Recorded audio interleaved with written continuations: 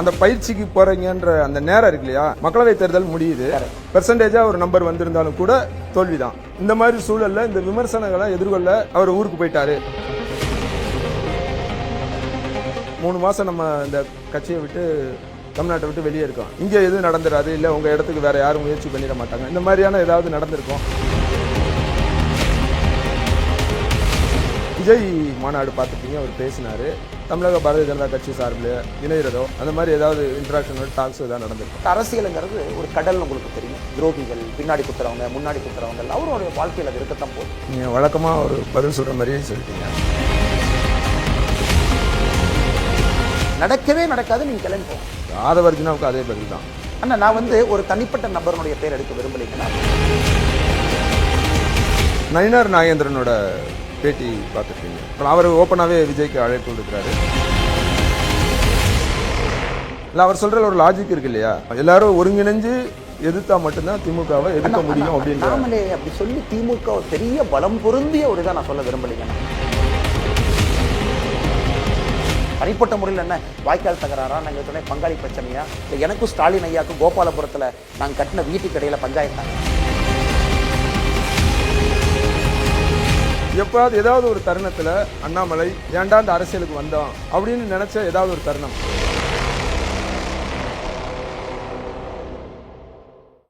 வணக்கம். இன்றைய சிறப்பு அமர்வில் நம்மோடு இணைந்திருப்பவர் தமிழக பாரதிய ஜனதா கட்சியின் மாநில தலைவர் திரு அண்ணாமலை அவர்கள். வணக்கம் சார்.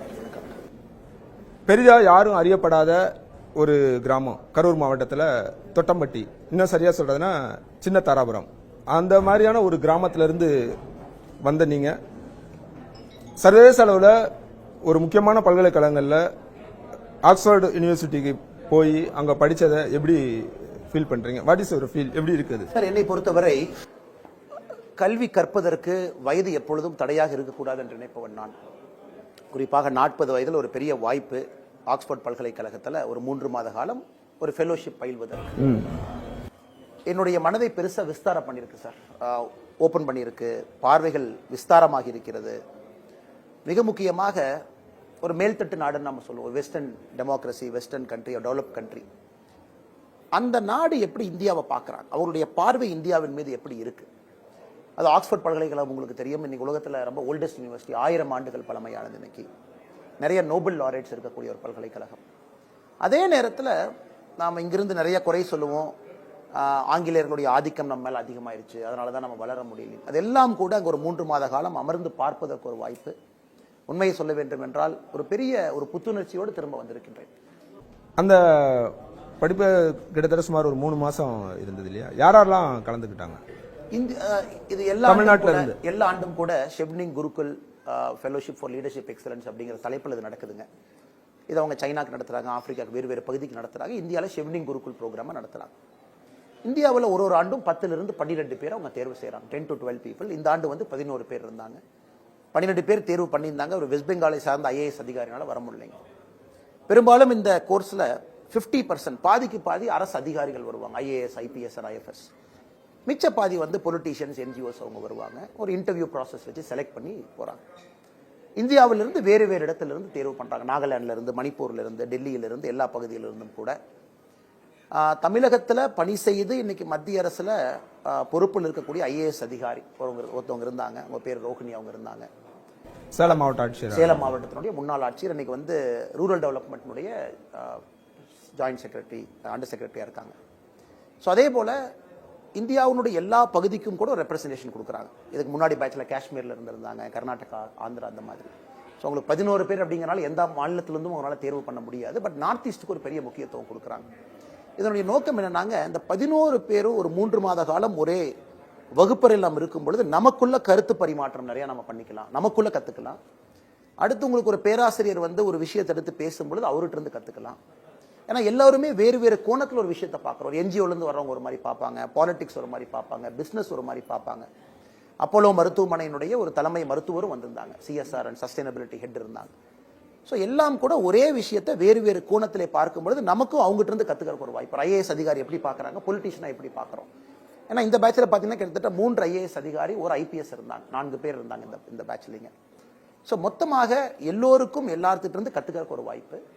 அதே நேரத்தில் ஆக்ஸ்போர்ட் பல்கலைக்கழகத்திற்கும் சில விஷயத்தை சொல்லிக் கொடுப்பதற்கு நமக்கு ஒரு வாய்ப்பு. ஏன்னா அவங்க பார்வை இந்தியாவின் மீது கொஞ்சம் வித்தியாசமா இருக்குங்க. ஏன்னா அவங்க என்னதான் இருந்தாலும் ஒரு டிஸ்டன்ட் தூரத்திலிருந்து ஒரு அப்ஜெக்டிவா பார்க்குறாங்க, ஒரு இந்தியன் டெமோக்ரஸி வித்தியாசமா பார்க்குறாங்க. ஸோ நமக்கும் ஆக்ஸ்போர்ட் பல்கலைக்கழகத்தில் இருக்கக்கூடிய ப்ரொஃபஸருக்கு சில விஷயத்தில் ஒரு கருத்து ஒற்றுமை இல்லை என்றால் நம்முடைய கருத்தை அவங்ககிட்ட பகிர்றதுக்கு ஒரு வாய்ப்பு நீங்க எடுத்து சொல்லியிருக்கீங்க நிறைய இடத்துலங்க. உதாரணத்துக்கு அவங்க எப்படி அதை ரிசீவ் பண்ணிட்டாங்க? வெரி வெரி பாசிட்டிவ் பீப்புளுங்க. உதாரணத்திற்கு அவர்களுக்கு நம்முடைய பாரத பிரதமர் மோடி அவர்கள் மீது ஒரு பார்வை சில ப்ரொஃபஸருக்கு, குறிப்பா political science department Blavatnik school of government இருக்குதுங்க. அவங்களுக்கு ஒரு பார்வை என்னன்னா, இந்த மாதிரி வந்து நம்முடைய பாரதிய ஜனதா கட்சி ஆட்சியில் குறிப்பா வந்து மைனாரிட்டி சமுதாயத்திற்கு நாம் வந்து பெரிய மதிப்பு அளிக்கவில்லை அப்படிங்கிற ஒரு பார்வை. அதை நம்முடைய கட்சியின் சார்பாக ஒரு தனிப்பட்ட முறையிலும் கூட என்னுடைய சார்பாக சில கருத்துக்களை முன்வைப்பதற்கு நமக்கு ஒரு வாய்ப்பு இல்லைங்க. இதையும் பாருங்க, இந்த மாதிரி டேட்டாவை பாருங்க. இந்தியாவில் வந்து பத்திரிகை கருத்து சுதந்திரம் குறைஞ்சிருக்கு, பிரஸ் ஃப்ரீடம் இண்டெக்ஸ் கீழே வந்திருக்கு. அதையும் எடுத்து சொல்றதுக்கு நமக்கு ஒரு வாய்ப்பு. ரேட்டிங் எல்லாம் எப்படி இருக்கு நீங்க பாருங்க. இந்தியாவை பொறுத்த வரைக்கும் ஃப்ரீடம் ஆஃப் பிரஸ் எப்பவுமே இருக்கு. அது அரசியல்வாதிகள் மாறி மாறி குற்றம் சுமத்துவாங்க. இந்த அரசியல்வாதி எதிர்கட்சியாக இருக்கும் பொழுது பிரஸ் எனக்கு மதிப்பளிக்கலையுமாங்க.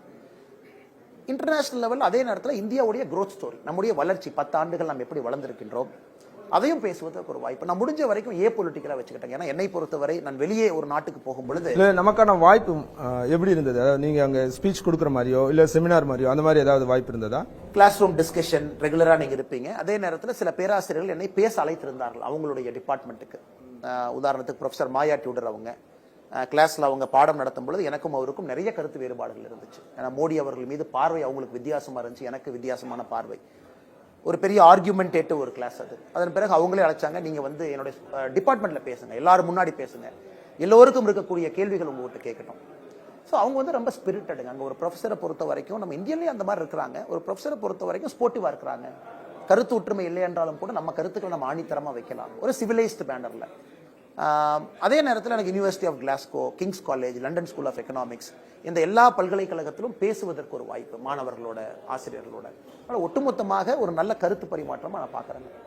இந்த கேள்வியில இருந்து என்னோட அடுத்த இது, இப்போ 11 பேர் அழைச்சிருந்தாங்க அப்படின்னு சொன்னீங்க. ஆக்சுவலாக 12 பேர் 11 பேர் வந்திருந்தாங்க.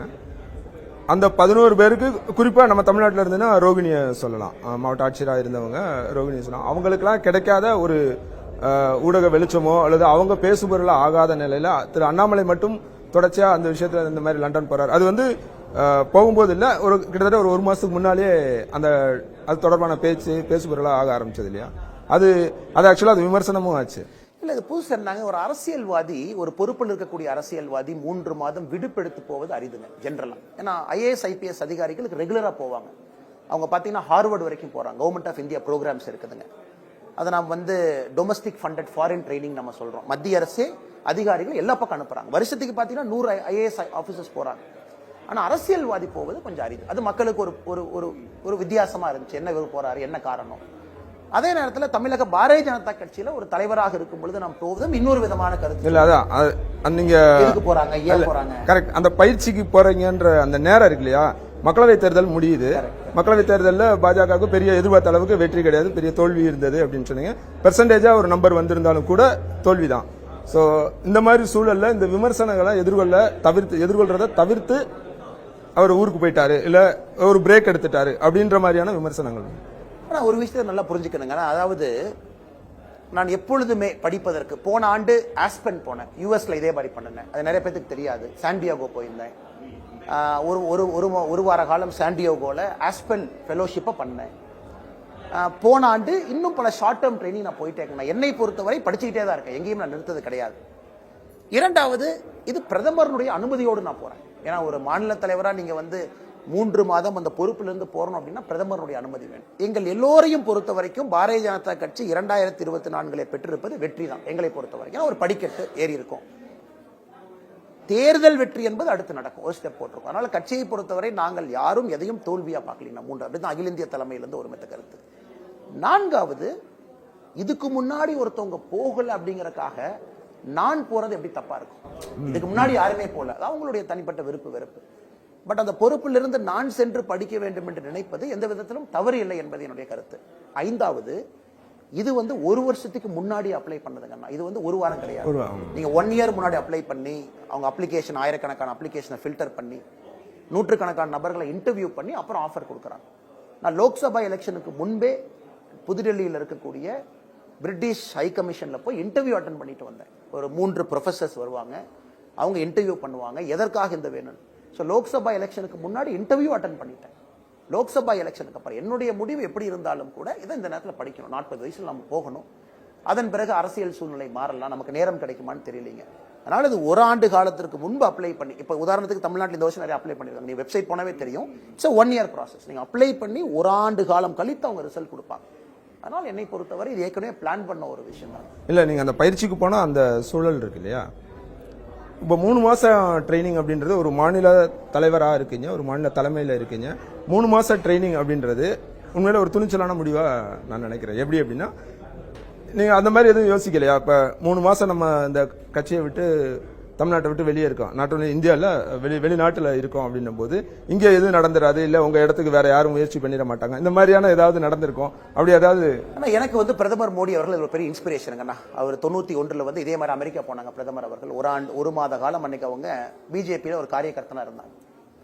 85 ஏன்னா அந்த நேரத்தில் நிறைய டாக்ஸ் இருந்தது, இவர் வந்து கட்சி தலைமையில இருந்து மாத்த போறாங்க. 85ல வந்து சேர்ந்து 91ல 1 மந்த் போனாங்க. நல்ல பெரிய இன்ஸ்பிரேஷன். தேடல் எப்பொழுதுமே இருக்கணும். அரசியல்வாதியை பொறுத்தவரை எனக்கு தெரிஞ்சதுதான் சரியா, இக்கோ சேம்பர்ல இருக்கோங்கண்ணா. நீங்க ஒரு அரசியல்வாதி நீங்க பாத்தீங்கன்னா, எங்களை சுற்றி இருக்கக்கூடிய நண்பர்கள் பெரும்பாலும் எங்களை புகழ்ந்துதான் பேசுவாங்க. சுற்றி இருக்கக்கூடிய நண்பர்கள் பெரும்பாலும் போஸ்ட் ஒட்டுவாங்க, ஒரு அன்பை காட்டுவாங்க, அடுத்தது நீன்னு சொல்லுவாங்க. அதை உடைத்து நீங்க வெளியே போனா தான் உங்களுக்கு என்ன கல நிலவரம் தெரியுங்கண்ணா. இந்தியா எப்படி இருக்கு, உலக நாடுகள் எப்படி இருக்கு. அதனால என்னைய ஃபோர்ஸ் பண்ணி நான் வெளியே கூட்டிட்டு போறேன். ஏன்னா எனக்கு சாமானிய மனிதர்கள் அதிகமா பார்த்தா கூடங்கண்ணா, தினமும் பார்த்தா கூட அவங்ககிட்ட எவ்வளவு நேரம்னால பேச முடியுங்கண்ணா. ஒரு விமான நிலையத்துல நம்ம வீட்டுக்கு வர்றாங்க, அலுவலகத்துக்கு வர்றாங்க, பெரும்பாலும் கட்சி நபர்கள்ட்ட அதிகமா பேசுறோம். என்னை பொறுத்தவரை இப்ப மட்டும் இல்லைங்கன்னா, இன்னும் 5 ஆண்டுகள் கழிச்சு மறுபடியும் ஒண்ணு பண்ணுவேன். ஏன்னா அப்பதான் உங்களுக்கு உண்மையாலுமே அந்த சைலோவை பிரேக் பண்ணி நீங்க வெளியே வருவீங்க. 2வது எனக்கு கவலை இல்லைங்கண்ணா. காரணம், இது ஒரு பொறுப்புங்கண்ணா. இன்னைக்கு தமிழகத்துல பாரதிய ஜனதா கட்சியினுடைய தலைவர் என்பது ஒரு பொறுப்பு. நாளைக்கு பொறுப்பு மாறலாம், வேற ஒரு அசைன்மெண்ட் கொடுக்கலாம். நமக்கு இன்னைக்கு பிரதமர் அவர்களும் தேசிய தலைவர் அவரும் இந்த வேலையை செய்யப்பான்னு கொடுத்திருக்காங்க. அதுக்காக ஒரு முறையும் நாம போறது கரெக்டா, 3 மாசம் பிரேக் எடுக்கிறது கரெக்டா?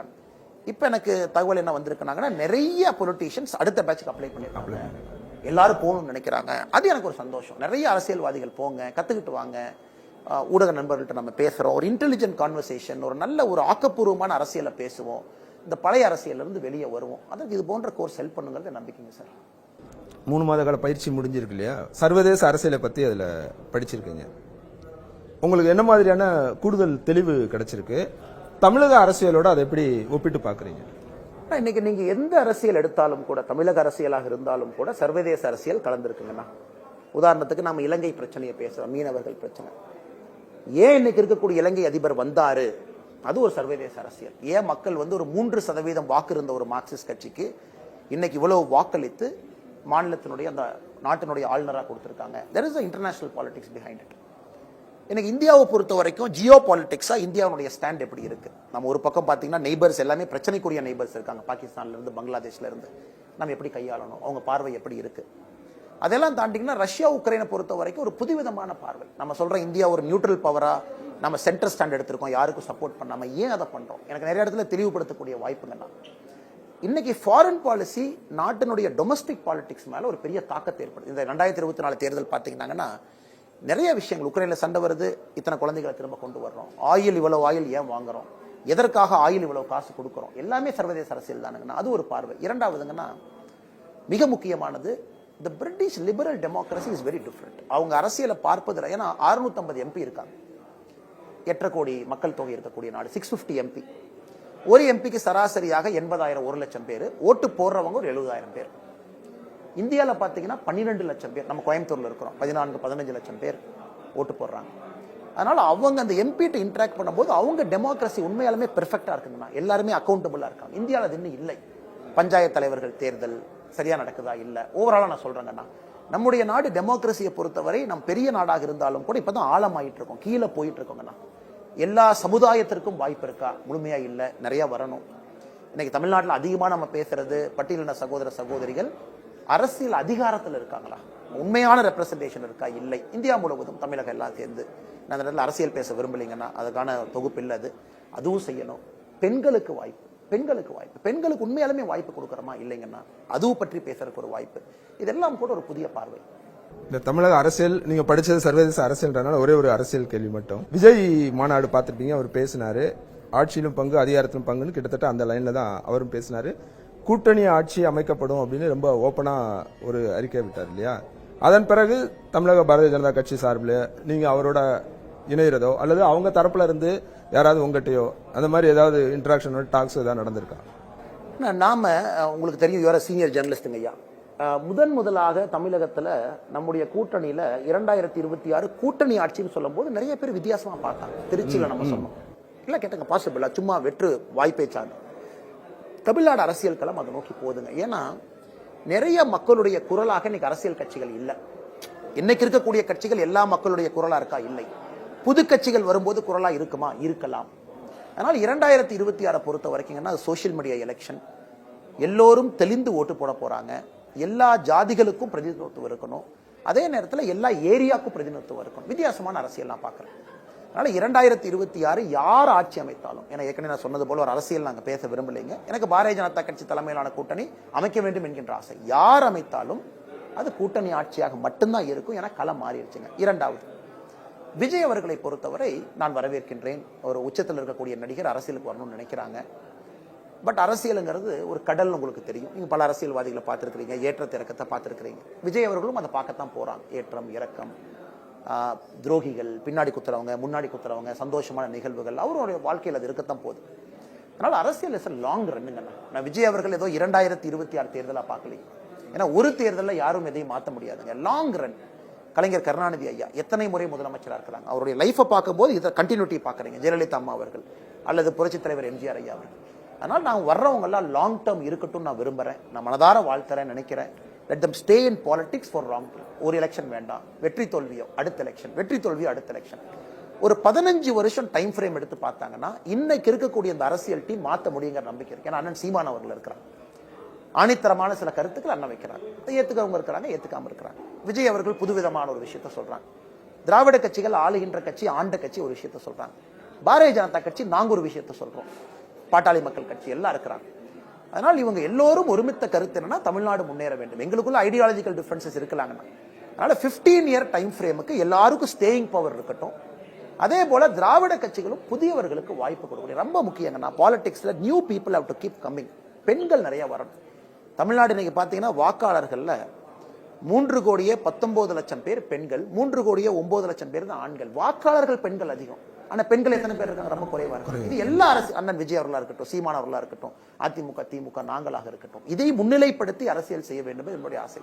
நாம பெரும்பாலும் பாத்தீங்கன்னா இந்த இஷ்யூ விட்டுட்டு அரசியல் வேற எங்கேயோ போயிருதுங்கன்னா அதை திரும்ப கொண்டு வருவதற்கு என்னுடைய பெரிய முயற்சி. பத்திரிகையாளர் சந்திப்பில் நான் பேசுறது எல்லாமே. அதனால இதை வைத்து 2026 அரசியல் இருக்க வேண்டும் என்பது என்னுடைய தாழ்மையான கருத்து. நீங்க வழக்கமா ஒரு பதில் சொல்ற மாதிரியே சொல்லிட்டீங்க. என்னோட கேள்வி மிக எளிமையானது. அவங்க ஒருவேளை விஜய் தரப்புல இருந்து உங்களை நோக்கி வர்றாங்க அல்லது நீங்க உங்க எண்ட்ல இருந்து போறீங்களா? அது மாதிரி ஏதாவது நடந்திருக்கா? இல்ல அதுக்கான வாய்ப்பு இருக்கா? வாய்ப்பு இருப்பதாக நான் பாக்கலீங்க. காரணம் இன்னைக்கு எல்லா கட்சிகளுமே வித்தியாசமான ஸ்டாண்ட். இன்னைக்கு 5-வே ஃபைட்டுங்க. இன்னைக்கு 5 முனை போட்டு. இன்னைக்கு டுடே டிஎம்கே பிளஸ் அவங்க அலையன்ஸ். அண்ணன் எடப்பாடி பழனிசாமி அவர்கள் ஒரு விஷயத்தை பேசுறாங்க, அவங்க ஒரு பாரதிய ஜனதா கட்சி நாங்கெல்லாம் ஒரு விஷயத்தை பேசுறோம். சீமானன் ஆக்ரோஷம் ஒன்று பேசுறாங்க. எல்லோரும் எதிரும் புதிருமா தான் பேசுறோம். நீங்க பாத்தீங்கன்னா எவ்ரிபடி இஸ் டாக்கிங் அகைன்ஸ்ட். இந்த ஐடியாலஜி வேண்டாம், அது வேண்டாம். 5 முனை போட்டி அரசியலை இந்தியாவில் யாரும் எங்கேயும் பார்த்ததே இல்லை. ஒரு சீனியர் ஜெர்னலிஸ்ட் உங்களுக்கு தெரியும். 5 முனை போட்டியா ஒரு டெமோக்ரஸியில நடந்ததுன்னா என்ன ஆகும்னா ஒரு அன்ஸ்டேபிள் கவர்மெண்ட் வர்றதுக்கு வாய்ப்பு. 5 முனை போட்டி இருந்திருக்கு, ஆனா அழுத்தமா வலுவா எங்கேயுமே இல்ல. கரெக்டான பாயிண்ட் அது. வலுவா எல்லோருமே ஒரு 8% மேல இருக்கக்கூடிய கட்சிகளா. அதனால இந்த முறை அது 2025 பொறுத்த வரைக்கும் எப்படி அமையும்னு பொறுத்திருந்து பார்த்தோம். சோ பண்ண அந்த முடிவுக்குள்ள நீங்க என்ன வரல? விஜயோட பேசுறதோ இல்ல விஜய் ஒருவேளை இப்படி எடுத்துக்கலாம், ஒருவேளை விஜய் உங்களோட கைகோர்க்க தயாரா இருக்கும் பட்சத்துல தமிழக பாஜகவோட நிலைப்பாடு என்னவா இருக்கும்? அரசியல் எப்பவுமே நம்ம இருந்தால் வந்தால் அப்படின்னு பேச மாட்டோம். உங்களுக்கு தெரியும், பெரிய நிறைய தலைவர்கள் நீங்க இன்டர்வியூ பண்றீங்க, நான் பார்த்திருக்கேன். அதனால நான் எப்பவுமே என்ன சொல்லுவோம்னா அது போன்று நடப்பதற்கான வாய்ப்புகள் இப்ப இல்லை. ஏன்னா எல்லோருமே வித்தியாசமான 5 விஷயத்தை வைக்கிறோம். திமுக நாங்க கரெக்டா பண்றோங்கிறாங்க, அதிமுக நாங்க சரி பண்றோங்கிறாங்க, பிஜேபி நாங்க புது அரசியலை கொண்டு வர்றோங்கிறோம், விஜய் வந்து எந்த அரசியலுமே வேண்டாம், நான் ஒண்ணு புதுசா கொண்டு வரங்கிறாங்க. சீமான் இத்தனை நாளா சொல்லிட்டு இருக்கேன், எனக்கு ஒரு வாய்ப்பு கொடுங்க. இந்த 5 குரல்களாக இருக்கும் பொழுது இன்னைக்கு ஒட்டுவதாக நான் பார்க்கவில்லைங்க. ஆதவ அர்ஜுனாவுக்கு அதே பதில் தான். இல்ல ஒருவேளை ஆதவ அர்ஜுனா என்ன, ஆதவ அர்ஜுன் எங்கேயுமே முடிவு பண்ணல, எங்க போறேன்னு அவர் ஒரு கிளாரிட்டி கொடுக்கல. விசிகால இருந்து இடைநீக்கம் செய்யப்பட்டார். அவரு வந்து விலகிட்டார். 100 பேர் டெய்லி கட்சியிலிருந்து விலகுறாங்க, 100 பேர் ஒரு கட்சியில இணையறாங்க. அதனால எல்லா மனிதர்களும் முக்கியம் தான். அவங்களுக்கு எங்கே மனது இருக்குது, எங்க போய் அரசியல் செய்ய வேண்டும் என்று இல்ல அவங்க ஒருவேளை அவர் வந்து பாஜகவோட நான் சேர்ந்து அரசியல் செய்ய விரும்புறேன், ஏன்னா அவரோட ஒருவேளை அஜெண்டா இப்படி இருக்கலாம். நான் வந்து ஒரு தனிப்பட்ட நபருடைய பேர் எடுக்க விரும்பலீங்கன்னா, பாரதிய ஜனதா கட்சி தினமும் வர்றாங்க கட்சிக்கு இணைய வேண்டும் என்று. யார் விருப்பப்பட்டு வந்தாலும் எங்களுக்கு சந்தோஷம் தான். ஏன்னா நாங்க யாரை தடுக்க போறோம்? எந்த அரசியல் கட்சியும் யாரையும் தடுக்க முடியாது. உதாரணத்துக்கு மிஸ்டர் எக்ஸ் இருக்காரு, அவர் போய் திமுக சேர வேண்டும் என்று நினைத்தால் யார் தடுக்க முடியுங்கன்னா? எந்த அரசியல் கட்சிக்கும் வர்ற ஒரு உறுப்பினரை நான் சேர்த்திக்க மாட்டேன்னு சொல்ற அதிகாரம் இந்திய அரசியல் சட்டத்தில் இல்லை. பொறுப்பு கொடுக்காம இருக்கலாம். எனிபடி கேன் பிகம் மெம்பருங்கண்ணா. நயினார் நாகேந்திரனோட பேட்டி பார்த்திருப்பீங்க, நீங்களும் கொஞ்சம் தாமதமா வந்தீங்க, நீங்களும் வந்து இணைஞ்சுக்கிட்டீங்க. அந்த பேட்டியில அவர் சொன்னது வந்து எல்லா கட்சியுமே வரலாம். அவர் ஓப்பனாவே விஜய்க்கு அழைப்பு விடுக்கிறாரு, விஜய் இல்லாம மற்ற கட்சிகள் பிற கட்சிகளும் வரலாம். நான் ஒரு மாநில தலைவராக பேசும் பொழுது என்னுடைய வார்த்தையில ரொம்ப எச்சரிக்கை இருக்கணும். காரணம், I speak for the party, Nainar Anna speaks for the party. But நான் தலைவர் அப்படிங்கிற நாற்காலியில் ஒரு வார்த்தையை நான் பிரயோகம் செய்யும் பொழுது ரொம்ப யோசிச்சு ரொம்ப கேர்ஃபுல்லா பண்ணணும். நயினார் அண்ணனுக்கு ஒரு பெரிய ஆசை என்ன இருக்குன்னா, எல்லோரும் ஒருமித்த மேடைக்கு வரணும். நயினார் அண்ணன் வந்து ரொம்ப ஆசைப்படுறாங்க. இல்ல அவர் சொல்ற ஒரு லாஜிக் இருக்கு இல்லையா, எல்லாரும் ஒருங்கிணைஞ்சு எதிர்த்தா மட்டும்தான் திமுகவை எதிர்க்க முடியும் அப்படின்ற. அப்படி சொல்லி திமுக பெரிய பலம் பொருந்திய ஒரு இதை நான் சொல்ல விரும்பலைங்கன்னா, திமுக இந்த லோக்சபா தேர்தலில் 7% வாக்கு குறைஞ்சிருக்கு, 7%. பெரிய டிராப். இந்தியாவில் இருக்கக்கூடிய அரசியல் கட்சிகள்ல வெறும் 5 ஆண்டுகள் 2019-24 7% மம்தா பானர்ஜி குறையில, அரவிந்த் கெஜ்ரிவால் குறையில, திமுக குறைஞ்சிருக்கு. காங்கிரசுக்கு 1.67% குறைஞ்சிருக்கு 5 இயர்ஸ்ல. இன்னைக்கு இந்த தேர்தலுக்கு போகும்பொழுது இன்னும் 10% குறைவதாக தான் நான் பாக்குறேங்கண்ணா. அதனால முதல்ல மாதிரி அரசியல் இல்லைங்கண்ணா. நயினார் அண்ணா அவர்கள் கட்சியினுடைய மிக முக்கிய தலைவர். அண்ணன் வந்து ரொம்ப மாண்பு மிக்கவர், பெருந்தன்மை மிக்கவர், எல்லோரையும் அரவணைத்து செல்லக்கூடிய தலைவர். பட் நான் இருக்கையிலிருந்து நான் பேசும்பொழுது, மாநில தலைவராக பேசும்பொழுது என்னுடைய வார்த்தை பிரயோகம் ரொம்ப கேர்ஃபுல்லா நான் பண்ணணுங்கண்ணா. அகில இந்திய தலைமை அவங்களுடைய பார்வை, மோடி அவர்கள், நட்டா அவர்கள், அமித்ஷாஜி அவர்களுடைய பார்வை, கட்சியினுடைய எல்லா வேறு வேறு கருத்துக்கள் சொன்னாலும் கூட அதை ஒருங்கிணைத்து சொல்லக்கூடிய ஒரு பார்வை. பொறுத்திருந்து பார்ப்போம். 2025 பத்திரிகைகளுக்கும் வித்தியாசமாக இருக்கும், அரசியல்வாதிகளுக்கும் வித்தியாசமாக நிறைய எதிர்பார்ப்புகளோட இருக்கும். 2026 தேர்தல் என்ன மாதிரியானதா இருக்கும்? ஒண்ணு, இப்ப இதுவரைக்கும் உங்களோட நிலைப்பாடு அதிமுக இல்லாத ஒரு வலுவான கூட்டணி அமைக்கணும் அப்படின்ற ஒரு நிலைப்பாடு இருந்தது இல்லையா? 2026 அது தொடருமா, இல்ல அதிமுகவை இதுல வந்து எந்த கட்சியின் மீது நான் தனிப்பட்ட முறையில் சொல்றேன்னா, ஒரு போட்டியோ பொறாமையோ இல்ல. எல்லா கட்சிகளுக்கும் ஒரு நாள் ஆட்சி அதிகாரத்திலே அமர வேண்டும் என்கின்ற ஆசை இருக்கும் எவ்ரிபடி. அதே நேரத்தில் politics is the art of compromise. ஏன்னா காம்ப்ரமைஸ் இல்லாம அரசியல் இல்லை. இன்னைக்கு எல்லா கட்சிகளும் தனித்து நிற்க வேண்டும், நாங்க ஜெயிக்கணும், அதிகாரத்துக்கு வரணும். மாநில தலைவராக அதுதான் என்னுடைய வேலை. நான் செய்ய வேண்டிய வேலை என்னங்கன்னா, நான் வந்து மாநில தலைவராக இல்லை, நாங்க வந்து கூட்டணியிலே இருப்போம், அந்த கட்சி வளராதுன்னு எப்படி சொல்லுவாங்கன்னா, எனக்கு கிடைக்கக்கூடிய வாய்ப்பை எல்லாம் பயன்படுத்தி கட்சி வளர்ச்சிக்கு அதை கொண்டு வர வேண்டும். அது லோக்கல் பாடி எலெக்ஷனா உங்களுக்கு தெரிஞ்சிருக்கும். மக்களவை தேர்தலுக்கு முடிவுகளுக்கு பிறகு ஒருவேளை அதிமுகவோட பாஜக கூட்டணி வச்சிருந்தா 1976க்கு பிறகு, நான் சொல்ற டேட் நல்லா கேட்டுக்கங்க, 1976 எமர்ஜென்சிக்கு பிறகு தமிழ்நாட்டில் ஒரு தேசிய கட்சி 10% தாண்டி இருக்கு. பெரிய சாதனை. கடந்த 50 ஆண்டுகள்ல காங்கிரஸ் நீங்க எடுத்துக்கங்க, ஒரு நாளும் கூட 10% தாண்டி. இது மிகப்பெரிய சாதனையாக நீங்க எடுத்த முடிவு சரி அப்படின்றது. நான் ஃபர்ஸ்ட் ஸ்டெப் ஏறி நான் உங்களுக்கு டேட்டாவே கொடுக்குறேன் பாருங்க. After 1976 national party has crossed 10%. அப்பனா வளர்ச்சி பாதையில் இருக்குன்னு அர்த்தம். ஏன்னா இப்ப நம்ம இவ்வளவு பேருக்கு அவார்டு கொடுக்குறோம். நீங்க மெயின் டிவி சேனல் தான் இருக்கீங்க. ஒரு சின்ன ஒரு நிறுவனத்திற்கு நீங்க விதை போட்டு தண்ணி ஊத்தினாத்தாங்கன்னா அது பெரிய நிறுவனம் ஆகும். ஒரு சின்ன நிறுவனத்தை நீ ஏன் பெரிய நிறுவனம் ஆகல, நீ ஏன் பெரிய ஹாஸ்பிட்டல் ஆகல, நீ ஏன் பெரிய ஸ்கூல் ஆகல, எப்படி ஆவாங்கன்னா? இன்னைக்கு பாரதிய ஜனதா கட்சி வளர்ந்து கொண்டிருக்கிறது. தண்ணி ஊற்றணும், உரம் போடணும். இது அகில இந்திய தலைமைக்கும் மோடி அவர்களுக்கும் தெரியும், எப்ப உரம் போடணும், எப்ப தண்ணி ஊற்றணும். இன்னைக்கு அதை செய்து கொண்டிருக்கின்றோம். அதனால் நான் பெருமைப்படுகின்றேன். 50 ஆண்டுகள் கழித்து ஒரு தேசிய கட்சி 10% தமிழ்நாடு 10% இஸ் நாட் ஈஸிங்க. சீமானனுக்கு தெரியும் எவ்வளவு கஷ்டப்பட்டு அவர் அந்த 8% கொண்டு வர்றாரு. அதனால் நாங்கள் பெருமைப்படுகின்றோம். வளர்ச்சி பாதையில் 2026 அதிமுக இல்லாத பாரதிய ஜனதா. உங்களுக்கு சொல்லிட்டேங்க, இவ்வளவு நேரம் நான் பேசினதெல்லாம் என்னுடைய பார்வை, வித்தியாசமான அரசியல். 5 முனை இருக்கும் பொழுது 5 முனையும் எதிரும் புதிருமா தான் இருக்கிறாங்க. ஏன்னா எல்லோருக்கும் ஒரு பார்வை இருக்கு. 2025 எப்படி நாம் பொறுத்து நான் ஏன் இதை திரும்ப திரும்ப கேட்கிறேன் அப்படின்னா அமமுக பொதுச்செயலாளர் தினகரன் சொன்ன பேட்டியிலுமே இதை சொல்லியிருந்தாரு. அதிமுக அழியாம இருக்கணும் அப்படின்னா தேசிய ஜனநாயக கூட்டணியோட வந்து இணைக்கணும். நான் எந்த கட்சியை பத்தியும் பேசல. நான் எல்லா கட்சி ஓட் ஷேரை நீங்க கம்பேர் பண்ணுங்க நான் தாழ்மையோட கேட்டுக்கிறேன். புதிய தலைமுறை ஒரு மிக முக்கியமான சேனல், அரசியல் தெரிந்தவர்கள் நீங்க. ஒரு கட்சி எடுத்து கடந்த 10 எலெக்ஷன், குறிப்பா கடந்த 3 எலெக்ஷன் எப்படி பெர்ஃபார்ம் பண்ணிருக்காங்க, ஓட்டிங் கிராஃப் எப்படி இருக்கு. ஏன்னா நான் ஒரு கட்சியை பத்தி மாநில தலைவராக சொன்னா அது பிரச்சனை ஆயிரும். நான் யாரை பத்தி சொல்லிங்க, யாரு டீசலரேஷன்ல இருக்கா யாரு ஆக்சலரேஷன்ல இருக்கா நீங்க பாத்துக்க. அதை பொறுத்துத்தான் எல்லோரும் முடிவெடுப்பார்கள். எல்லாருக்குமே கட்சி வளரணும் ஆசை. எடப்பாடி எனக்கு அதிமுக வளரணும் ஆசை, எனக்கு பிஜேபி வளரணும் ஆசை. இல்ல எங்களுக்குள்ள போட்டி எங்க இருக்குங்கண்ணா? தனிப்பட்ட முறையில் என்ன வாய்க்கால் தகராறா, எங்களுக்கு பங்காளி பிரச்சனையா, இல்ல ஏன் தோட்டத்துக்கு வர தண்ணியை எடப்பாடி என்ன மடம் மாத்தி இன்னொரு பக்கம் விட்டாரா, இல்ல எனக்கும் ஸ்டாலின் ஐயாக்கும் கோபாலபுரத்துல நாங்க கட்டின வீட்டுக்கு இடையில பஞ்சாயத்தாங்கண்ணா? எல்லோரும் இங்க இருப்பது எங்கள் கட்சி வளர வேண்டும் என்று. எப்பாவது ஏதாவது ஒரு தருணத்துல அண்ணாமலை ஏன்டா இந்த அரசியலுக்கு வந்தோம், பேசாம ஐபிஎஸ்ல இருந்திருக்கலாம் போல, நிம்மதியா இருந்திருக்கும் அப்படின்னு நினைச்ச ஏதாவது ஒரு தருணம், ஏதாவது ஒரு சூழல்? இல்லைங்க, நான் சூழல் நினைப்பேன் என்று சொல்லவில்லை. ஏன்னா ஒரு டெசிஷன் நாம் எடுக்கும்போது உறுதித்தன்மையோடு வெளியே வருகின்றோம். ஆனா நடக்கக்கூடிய அரசியல் சில நேரத்தில் ஒரு மனதில் ஒரு பாரமா இருக்கும். அரசியல் இப்படி இருக்கலாமே, ஏன் இந்த பாதையில போகுது, பேசுகின்ற பேச்சு எல்லாமே ஏன் இப்படி போகுது நிறைய இடத்துல நான் நினைப்பேன். என்னுடைய கட்சியிலும் சரி, வெளியே இருக்கக்கூடிய நண்பர்களையும் பரஸ்பர நட்பா இருக்க கூட நான் அட்வைஸ் பண்ணுவேன். நாமளே யங்ஸ்டர்ஸா இருக்கோம், ஒரு வித்தியாசமான பாலிடிக்ஸை கொண்டு வரணும்னு நினைக்கிறோம், அதை பத்தி நம்ம பேசுவோம். இந்த பழைய அரசியல் கூட நம்ம மாட்டிக்க வேண்டாம். அது மட்டும்தான் எனக்கு ஒரு ஆதங்கமோ தவிர வேற ஆதங்கம் எதுவும் கிடையாது. நம்ம நினைக்கக்கூடிய பாதையில சில நேரத்தில் அரசியல் செல்லவில்லை என்று. ஆனா காவல்துறை ரொம்ப விரும்பினங்க ஐயா, ரொம்ப விரும்பினேன். Enjoy policing. நான் எப்பொழுதுமே ஒரு வெறுத்து போய் வெளியே வரலைங்க ஐயா, ரொம்ப என்ஜாய் பண்ணி தான் வந்தேன்.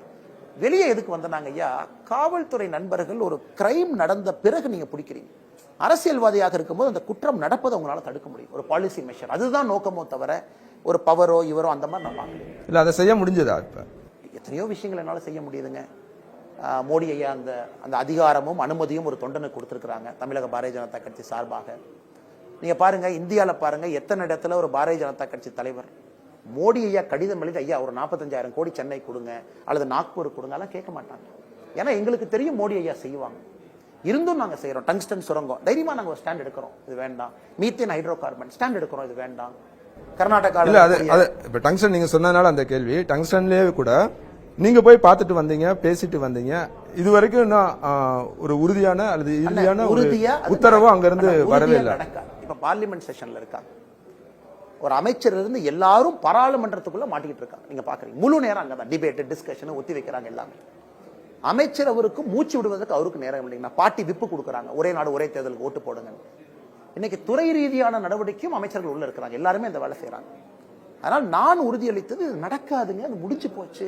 அதனால விவசாய நண்பர்களுக்கும் புதிய தலைமுறை சார்பாக நான் வைக்கக்கூடிய வேண்டுகோள், தயவு செய்து நண்பர்கள் நீங்க உங்களை வருத்தி கொள்ளாதீங்க. உங்களோடு நாங்க இருக்கிறோம். இன்னைக்கு மாவட்ட தலைவர்லாம் அனுப்பி வச்சிருக்கோம். நீங்க போய் சொல்லுங்க, நடக்கவே நடக்காது, நீங்க கிளம்பி போங்க.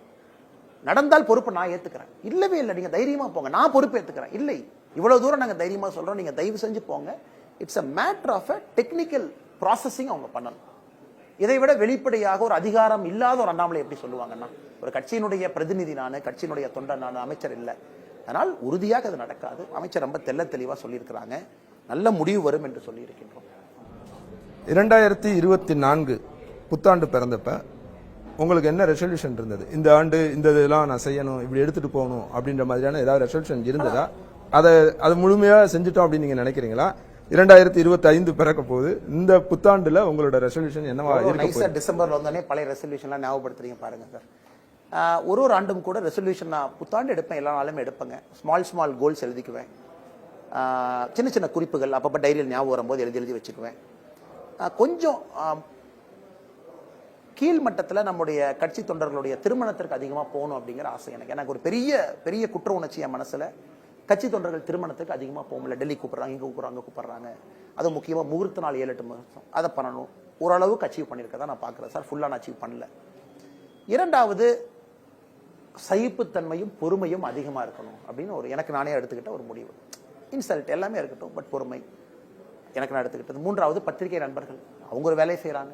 ஒரு பெரிய மாற்றத்தை நீங்கள் பார்த்துருக்கலாம்னு நான் நினைக்கிறேன். 2024 நமக்கும் பத்திரிகை நண்பர்களுக்கும் சண்டை இல்லை, நமக்கும் ஒரு கருத்துக்கும் சண்டை அப்படிங்கிற புரிதல் எனக்கு வர ஆரம்பிச்சிருக்கு. எதிரும் புதிருமாக இருந்தாலும் பத்திரிகை நண்பர் ஒரு சித்தாந்தம் சொல்றாங்க, அதை நான் கொஞ்சம் மாத்திக்கிட்டேன். நான் எப்பவும் ரொம்ப பெருமையா சொல்லுவேன் சார், ஐம் எ லேர்னர். எனக்கு எல்லாமே தெரியும் நான் சொல்ல மாட்டேன். நான் செய்யக்கூடிய தவறுகளை திருத்துவதற்கு ஒரு அவகாசத்தையும் பயன்படுத்தி யாரும் சொன்னா கேட்டுக்குவேன். பண்றீங்க நிறைய தொண்டர்களும் எங்கிட்ட வந்து சொல்லுவாங்க, அண்ணா இப்படி இருங்கண்ணே அப்படி இருங்கண்ணே. ஒரு தொண்டர் சொன்னா ப்ரௌன் கலர் பேண்ட் போடுங்க, ஏன் ப்ளூ கலர் போடுறீங்க? அதனால் சொல்வதை கேட்பாங்கன்னா 2025 பொறுத்த வரைக்கும் எனக்கு கொஞ்சம் ஃபிட் ஆகணும், ரொம்ப முக்கியம். இந்த யூகேல நிறைய நடந்தாங்கன்னா இங்கே நடக்க ஆரம்பிக்கணும், புத்தகங்கள் நிறைய படிக்கணும், ஆக்கப்பூர்வமான அரசியலை முன்னெடுக்கணும். நானும் அந்த லைனுக்குள்ள போகாம ஒன்லி டெவலப்மெண்டல் பாலிடிக்ஸ்ல போகணும். இது 2025க்கான கோல்ஸ். உங்களுடைய கோல்ஸ் எல்லாம் நல்லபடியாக நடக்கட்டும். வாழ்த்துக்கள்.